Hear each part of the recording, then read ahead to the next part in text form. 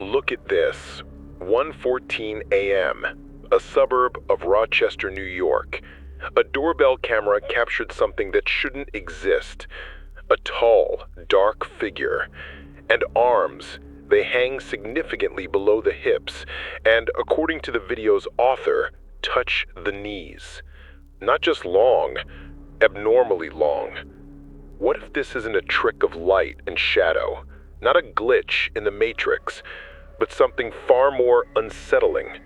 A signal that strikes at our most basic perceptions of reality.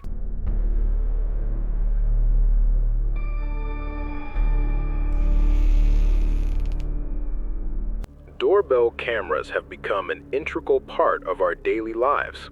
They promise security, peace of mind, the ability to always know who's at your doorstep. But what if they opened the door, not only for mail carriers, but also for a new, far more sophisticated kind of intrusion? Since 2013, when the Ring video doorbell launched to the mass market, we've seen it all, from curiosities to real threats. Remember the clowns or box demon? This formed an entire genre of doorbell horror. As of 2024, 37% of U.S. households have video doorbells. That's a huge sample size, huge. And the more eyes that are watching, the more anomalies appear. But what distinguishes a true anomaly from a mere glitch? That's the question. That's precisely the problem, Arthur. As the number of cameras grows, so does the amount of digital folklore. People seek something unusual in the everyday because normality, it's tiring, it's predictable, and encountering the inexplicable, even if it's pixels, provides that intellectual impulse, that feeling that the world around us is more complex than it seems. It's this desire to see a miracle where there most likely isn't one, because we're tired of everything being explainable and boring. And that's the whole point, Evelyn. The official report is boring and predictable. It lulls you to sleep. It always tries to fit the inexplicable into familiar frameworks to reassure.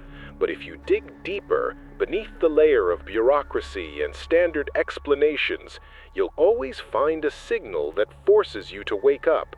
One that shows there are stories waiting for their moment, stories that can't be explained away by a simple technical glitch or mass delusion. That's exactly why Fringe Signal exists, to find these signals and reveal them, to show that reality is far more complex than it seems, and that the deepest mysteries often hide behind the most mundane.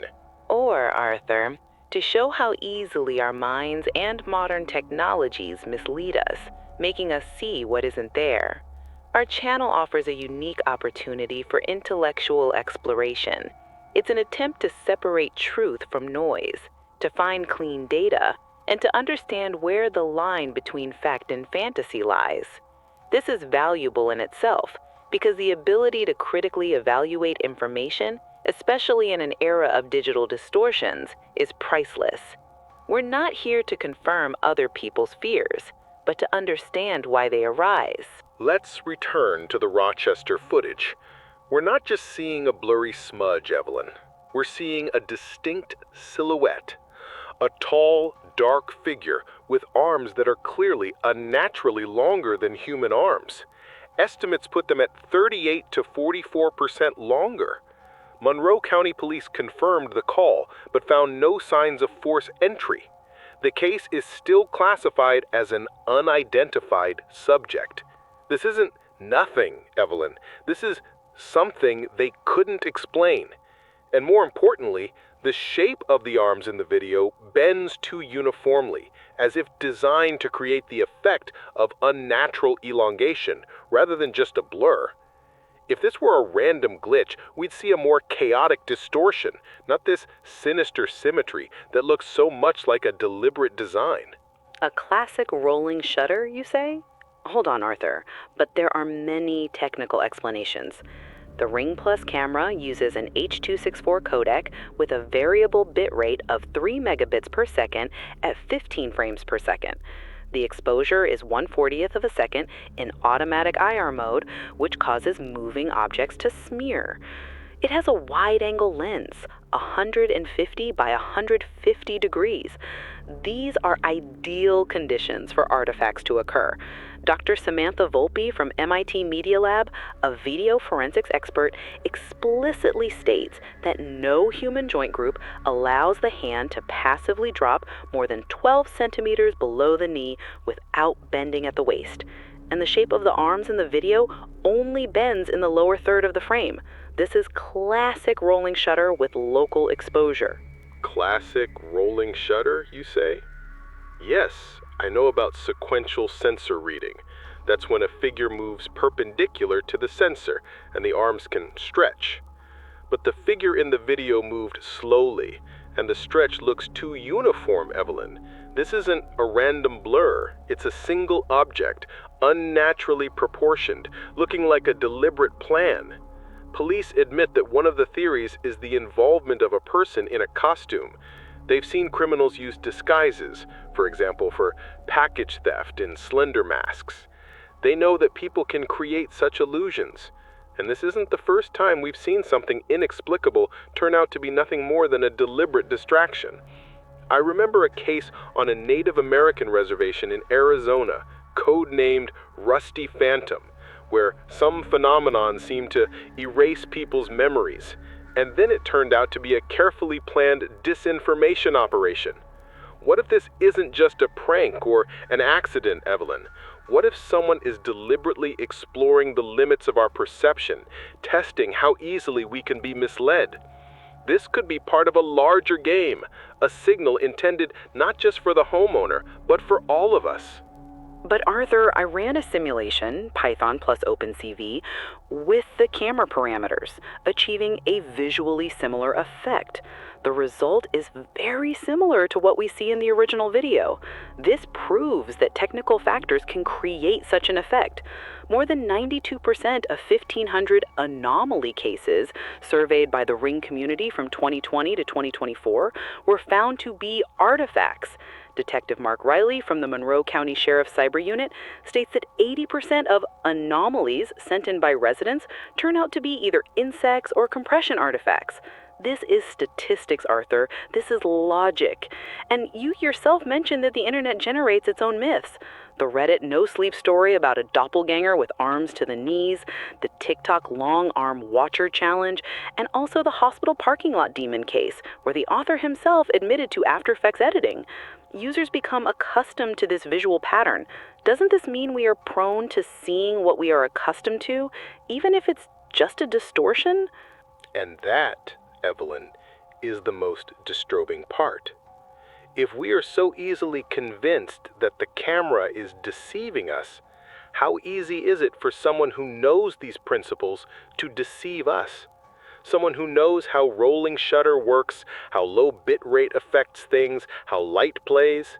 If this person consciously used that knowledge to create not just an artifact, but something that looks paranormal, to elicit a specific reaction, that's no longer a mistake. That's manipulation.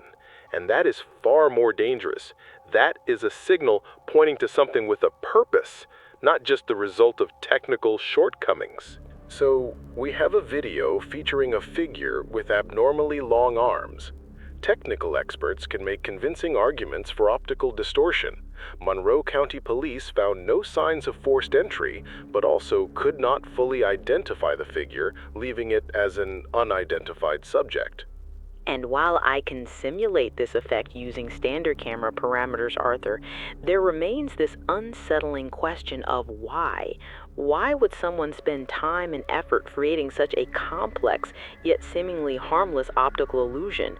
If it's not just a technical glitch but a conscious act, then the motive makes me feel profoundly uncomfortable because it points to a level of premeditation that goes beyond simple mischief. It demonstrates how easily what we consider reality can be manipulated using our own technology. And are you sure it's harmless? Perhaps it's a way to test reactions, or to distract, to instill fear. Consider how such viral videos affect the video doorbell market. Each one leads to a surge in sales. That's profit. This isn't just an optical illusion, it's a signal that there are those who know how to manipulate reality, even digital reality, to achieve their goals. And those goals could be far more sinister than simply stealing a package. No matter how many rational explanations we find, the very existence of such a signal and its ability to elicit a reaction is unsettling in itself. And these are not simple stories. They demand deep analysis, but that's precisely what makes them so valuable. The long-armed guest from Rochester is no mere coincidence. It's an unsettling signal, disguised as a technical glitch or a myth. It's a reminder that beneath a seeming anomaly, something more deliberate and potentially far more dangerous may be hidden. This case confirms my belief.